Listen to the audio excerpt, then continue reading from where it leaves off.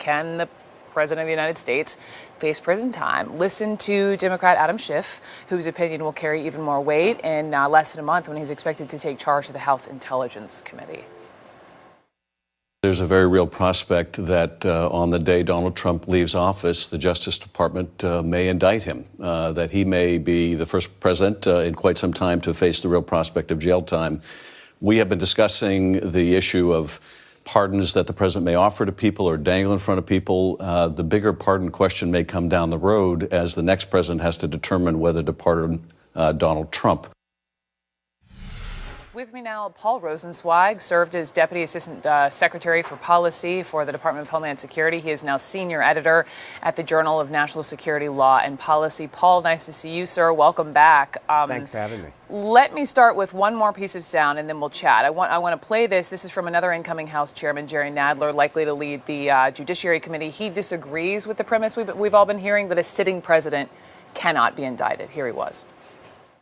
There's no reason to think that the president should not be indicted. The reason given by the Office of Legal Counsel is that it would take up too much of his time. He couldn't do his job. But, the Constitution specifically allows an impeachment. That certainly takes up a lot of time for the president. So I don't agree that a president can't be indicted. So, Paul, can you just clear this up for all of us? Can a sitting president be indicted? Well, I can't clear it up because nobody's ever been indicted, so we've never tested the question. I think the easiest way to answer it is this.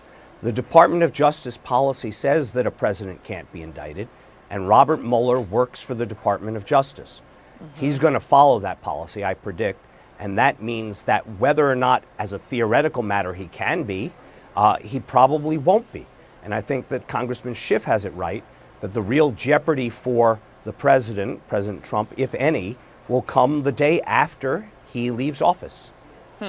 Schiff also said Trump could face, quoting him, Trump could face the real prospect of jail time, and he's referencing those illegal hush money payments. And so my question is, what constitutes an impeachable offense? Can you define that for me? Well, that's an interesting question. Gerald Ford famously said that an impeachable offense is whatever the House of Representatives says it is.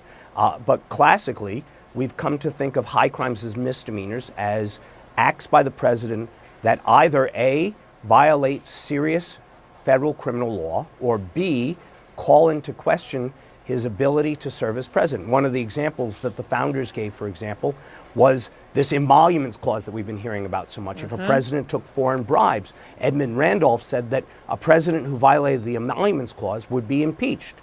George Mason said that a president who violated the pardon power and abused it to protect himself should be impeached. So those are examples of things that are clearly impeachable offenses. What the outer limit is, who knows?